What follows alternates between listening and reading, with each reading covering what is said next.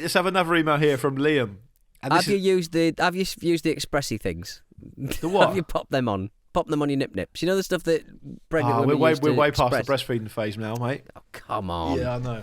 I'm not well, sure. Then that's yours then. Then it's daddy's. I'm Goes not in sure daddy's there's much shed. lactation coming from these big boys. It's just pure fatty tissue. You'd have a go, wouldn't you? Crying out loud. Liam's been in touch.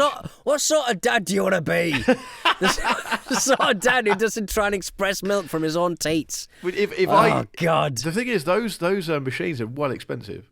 Yeah, I bet. But do you want to buy ours off us? just to get it out. Yeah, exactly. I don't think you could out, use them. Damn milk out. I don't think you could use them on the dog. So Liam's been in touch for the fourth and final time now. Liam's been in touch, and this is an email about the Las Vegas Sphere, Peter.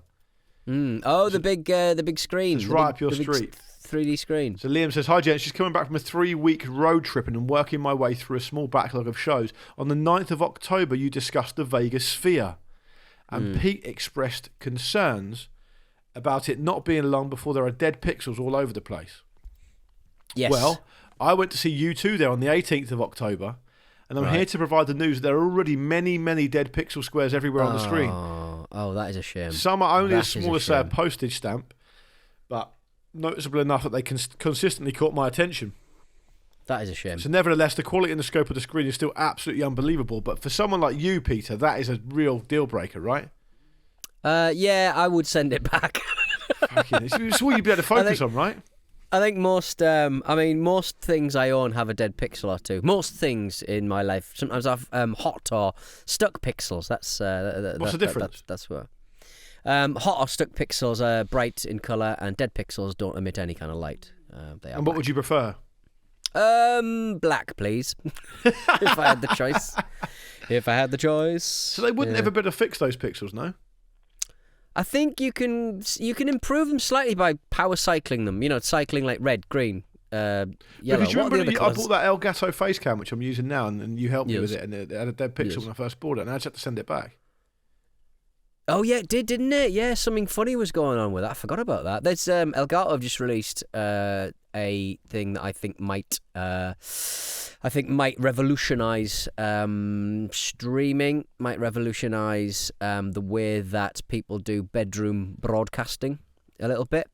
Go on. They've produced a nice tidy really easy to use monitor for a what do you call it? It's a teleprompter. They've released a teleprompter. It's called the Elgato Prompter, and I think people doing Zoom calls, people doing, I've got a teleprompter. It's really fiddly to set up, and you've got to watch for light leaks at the back of the camera. But if it's always installed, it's a really, really good thing. So I think, I think this is going to be pretty huge. Why would the really successful streamers use that? Because they're very kind of off the cuff, kind of natural, right? There's no point to do that. They don't script their stuff, do they? I think they probably do. I mean, I think probably some of them do, don't they? I don't know. Yeah, I don't know. But I think it's for people doing like videos to camera, I suppose, and reading scripts and stuff like that. Most of the good ones will use teleprompters anyway, but this is just a really smaller, sort of tidy one that connects to your computer, has another monitor, and you can just sort of like drag stuff into it. It's just a tidy solution for someone who has sort of played around with teleprompters before, but it really isn't great. But you could sort of do, look at the Ramble running order while you're looking into a camera lens rather than looking at a screen and then presenting to a camera if you're doing stuff like that. Don't need it, mate. Did Ramble Reacts last night straight off the dome piece. Straight off the dome. Not piece. needed. Don't need it. Well, even at that time of night, it was so late after all of those silly Spurs and Chelsea VAR decisions. What I do when I host a Ramble Reacts, it's the only time I really host these days. I used to host TalkSport, but that was really radio, so no one really cared. And I would write out my intro scripts. And then for Ramble Reacts, when I do that, I write out the scripts and I just read them. And I don't think it's because the video isn't a predominant part of it. No. I don't think it matters as much. But that does sound interesting. Video boys. I mean, having said that, I was scrolling through Twitch the other day, and one of the channels was a woman asleep in her bed, literally asleep, right? And there's 4,500 people watching live. Is that fair? Is that healthy? Well, for our bank account, yeah. She's loving it, obviously. Right. But I mean, it's just I just found something very uneasy and sinister about it. I like the ones that I think if you spend enough money, you can fire a stupid noise and wake them up. Yeah, or you whatever can. to, Yeah. you know, all that stuff. I like the ones that do.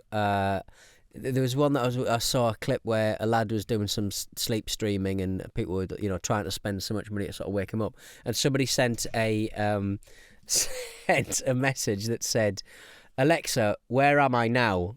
And Alexa basically read out the guy's address. Fuck. That's terrible. It's lovely stuff, and the guy woke up and went, "Ah!" Just grabbed the Alexa, threw it against the wall. Yeah, it's good stuff. That's crazy. All right, Peter, on that note, I think we should get out of here.